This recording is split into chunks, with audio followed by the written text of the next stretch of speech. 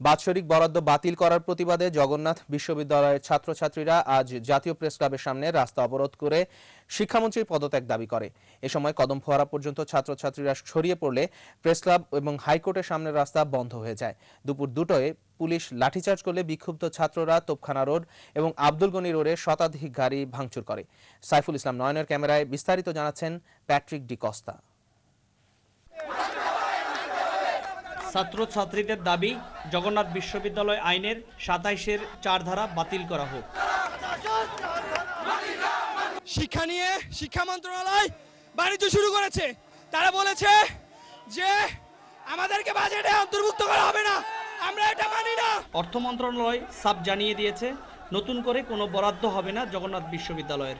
বিশ্ববিদ্যালয়ের প্রক্টর বললেন, বিশ্ববিদ্যালয়ের নিজস্ব আয়ে চলবে, পাবলিক বিশ্ববিদ্যালয় আসলে কোনো নিজস্ব আয়ে চলতে পারে না। অর্থ মন্ত্রণালয়ের একটা কমেন্ট যেটা 27-এর 4 ধারায় তা বলবৎ থাকবে এবং বিশ্ববিদ্যালয়ের নিজস্ব আয়ে এই বিশ্ববিদ্যালয় চলবে, যেটা কন্ট্রাডিক্টরি।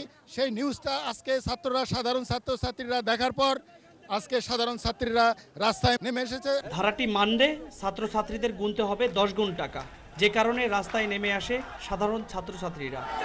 সকাল 11:15টায় খণ্ড খণ্ড মিছিল নিয়ে প্রেস ক্লাবের সামনে সমবেত হওয়া ছাত্রছাত্রীরা 12টার দিকে কদম ফোয়ারার সামনে অবস্থান নেয়। তারা যানবাহন চলাচল বন্ধ করে দেয়। এ সময় পুলিশ তাদের চারদিক ঘিরে রাখে।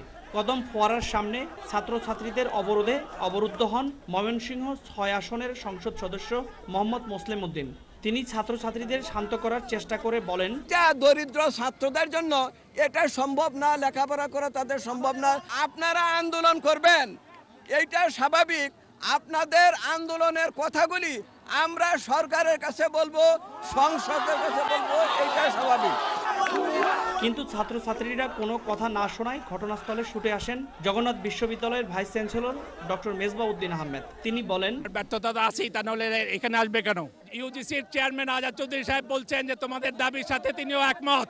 এই আশঙ্কা কখনোই হবে না যে তোমাদের কাছ থেকে টাকা নিয়ে বিশ্ববিদ্যালয় চলবে। শিক্ষা মন্ত্রণালয় থেকে ফিরে বিশ্ববিদ্যালয়ের ট্রেজারার বলেন, ইউনিভার্সিটি দেখভাল করার দায়িত্ব শিক্ষা মন্ত্রণালয়ের, অর্থ মন্ত্রণালয় নয়। 27-এর 4 ধারা বাতিল হতেই হবেই। কিন্তু কোনোভাবেই ছাত্রছাত্রীরা রাস্তা থেকে সরে না গেলে বেলা 2টায় পুলিশ ছাত্রছাত্রীদের লাঠিচার্জ ও ধরপাকড় শুরু করে। এ সময় পুলিশ 6 জনকে আটক করে। পুলিশের তাড়া খেয়ে ছাত্রছাত্রীরা তোপখানা রোড ও আব্দুল গনি রোড ধরে পালাতে থাকে। বিক্ষুব্ধ ছাত্রছাত্রীরা এ সময় শতাধিক গাড়ি ভাঙচুর করে। প্যাট্রিক ডি কস্তা, মাই টিভি, ঢাকা।